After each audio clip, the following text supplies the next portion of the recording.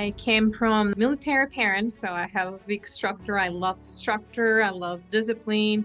My family, especially the women, are super entrepreneurs. My mom had her business, my grandma. So when I came here, I loved it. I enjoyed it so much. And then I just continued to look for ways to have a business. And here we are. We're trying to get Otro to the next level, and we really enjoy what we do every day.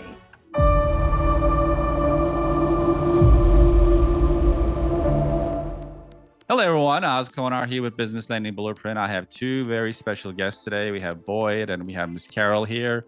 They have been in our community for a while and they have a really unique story. So great to have you guys. So it's going to be like a cool chat for people to understand who you are, what your background is, and what's working right now. Is that okay if we do that? That's great. Thank you. Absolutely.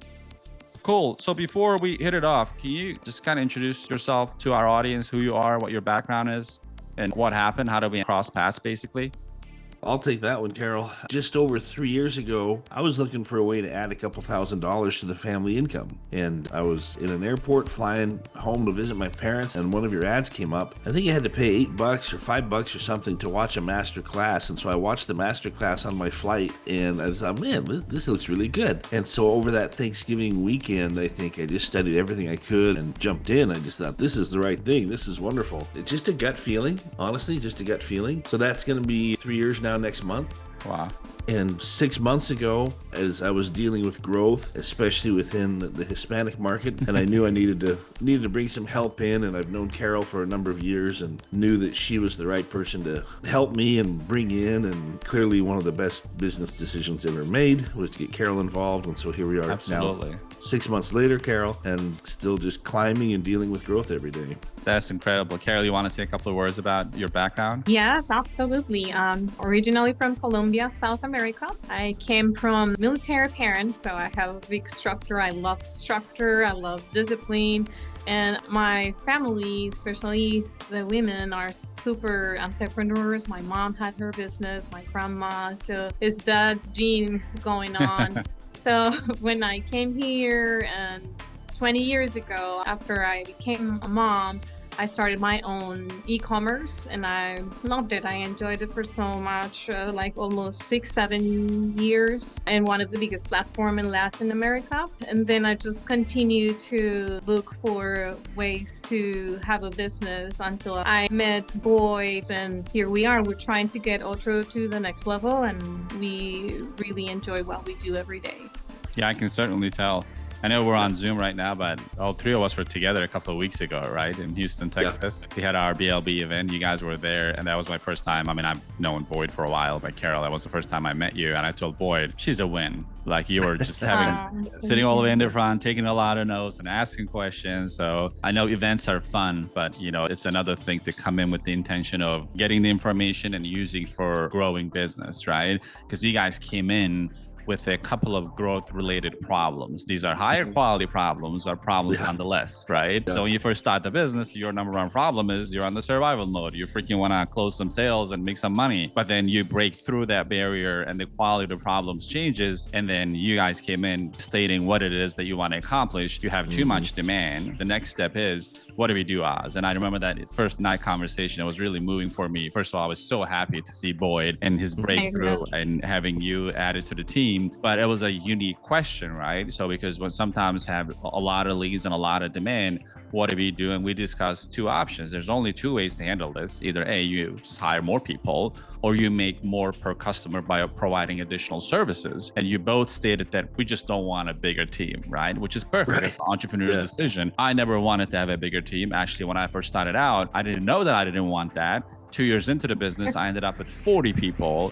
And one morning I woke up, I'm like, I don't know who that person is. I legit do not know who the person is on Slack, which is pretty bad. It made me feel really, really bad. And the next month I started the cutting process because I just didn't feel comfortable working with people that I had no idea. Then we also hired a bunch of people that I honestly personally didn't like. It's very difficult when you don't like the people you work with, right? So I can see that both of you work very closely because you genuinely like different parts of yourself, right? So Carol handles sales, Boyd handle. So it's a lot of fun when you work with people. Anyways, having come from that experience, when you guys told me that you don't want to, at least for this stage, you don't want any employees, I totally understood it. And we solved that problem. And then now you have a clear vision as to how to do it. And we're doing like continuous education. The reason I told that story is that people usually, when they join a program, or like, Boyd, you met me at an airport through an ad, right? So your initial goal was to, hey, maybe I can make some money with this. And okay, a couple thousand. That. And then it has grown. And now the next problem, the journey never stops.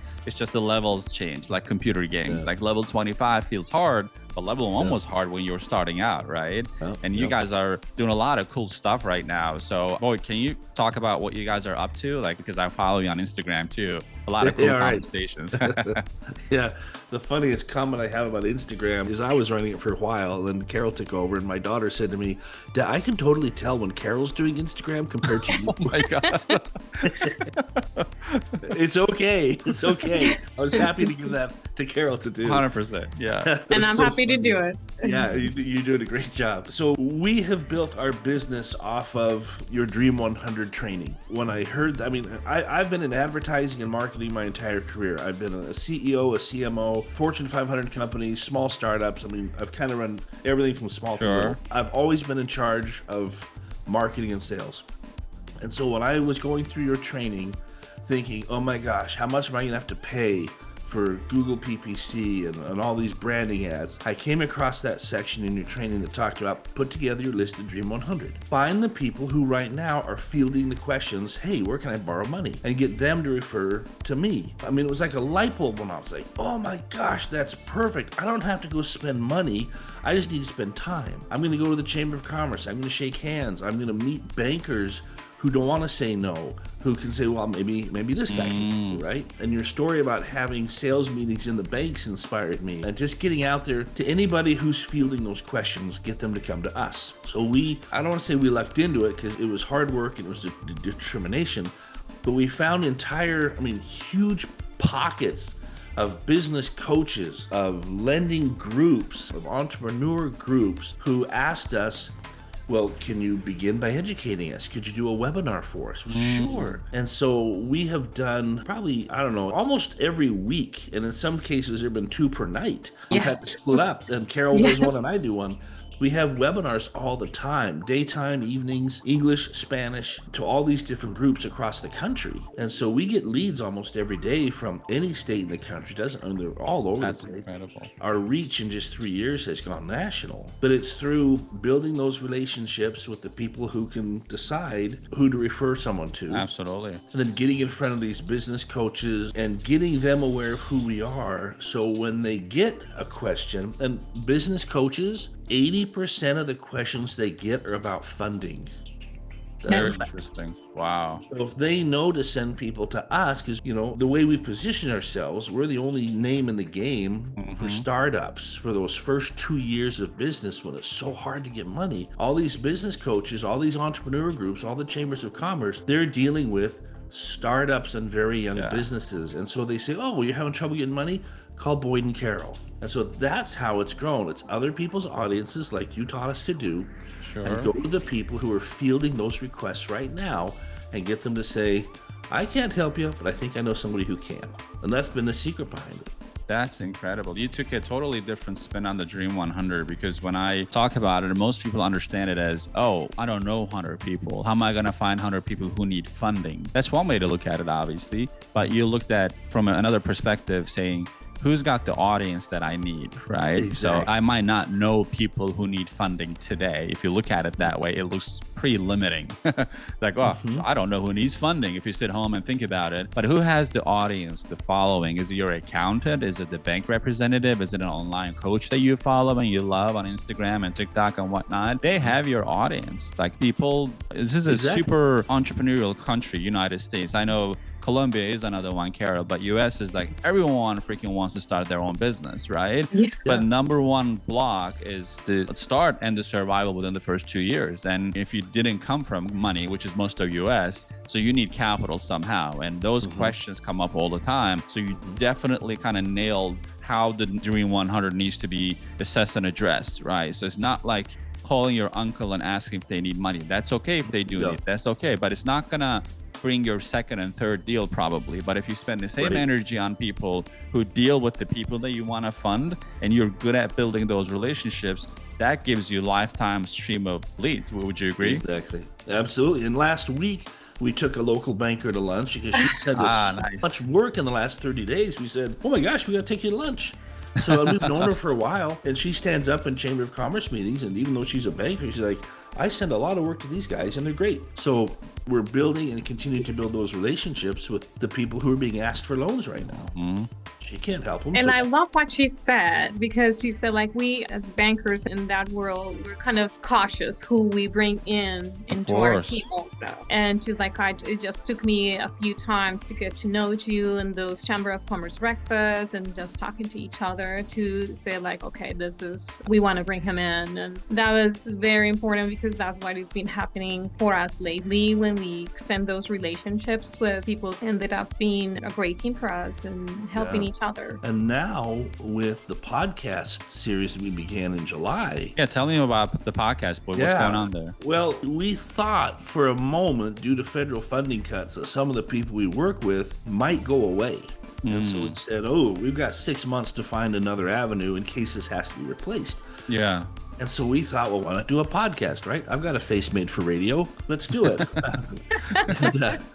And so we did our first one, and we thought, we're going to look back on that one day and say, that was so cute, our first little podcast, right? But now we've done 16 in English and 6 in Spanish. Wow. And we get people calling us now, and they're like, oh my gosh, I feel like you're celebrities. I feel like I know you. I've watched everything you've done. And when I answer the phone, they're just shocked. Why are you answering the phone? It rang, But yeah, Carol, we get that all the time. People saying, I feel like I know you. I trust you. I want you to help me with my loan, because they've watched our stuff. So we've had a good amount of guests as well to talk about, do you buy or start? Or how do you get the money to, funding options? And in addition to we have that and the podcast going now. That's incredible, guys. I think the key takeaway for me is, like, I worked in, similar to you, Boyd, so many different industries, right? I sold payroll, credit card processing, human resources, and I sold belts and sunglasses in the flea markets and things like that. And then in any industry, people always complain about leads. Leads are bad, or leads do not exist. Lead quality is horrible. I guess the takeaway is, when you become an authority, you don't have that problem anymore, right? So that kind of solves everything. So you don't need to figure out complicated funnels. I have friends who have 1 million, 2 million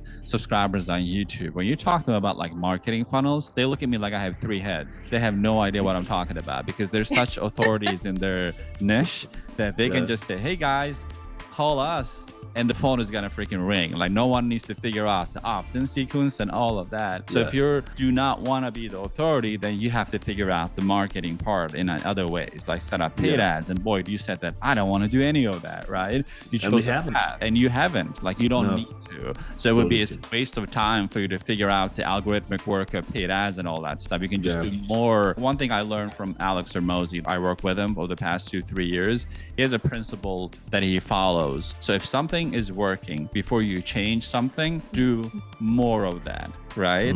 So keep doing more. And then the second thing, you keep doing more and more, and you reach a limit, and do it better. So this is before you do something new, right? Do more until it breaks. Like, find a boring way to make a lot of money. Second step before you, because we're gonna all itch. We're entrepreneurs. We're gonna be like, oh my God, I have this amazing idea. We're like idea machines, right? So when you have the visionary person on the team, you can immediately tell. They're like, I got this great idea. And someone needs to be like, all right, shut up. Not yet. Like, have we done more? Have we improved our process before we do something completely new, right? Yeah. So when he dropped that in the room, Alex Hormozi, it was quiet, because the room is like full of 7-8 figure earners, and all of us like, we got this amazing idea, Alex. And I was like, no, I don't care. Like, what are you doing right now? What's working? What's stopping you from 10xing that? And I was like, 10x? I don't know. Just, I guess, do more of that. Okay. Even if you can't do 10x, what if you 5x? Like 3x? Wouldn't that be game changer, right? But trying to simplify the game as you grow is the biggest lessons, because we owners intuitively, unintentionally complicate the game, right?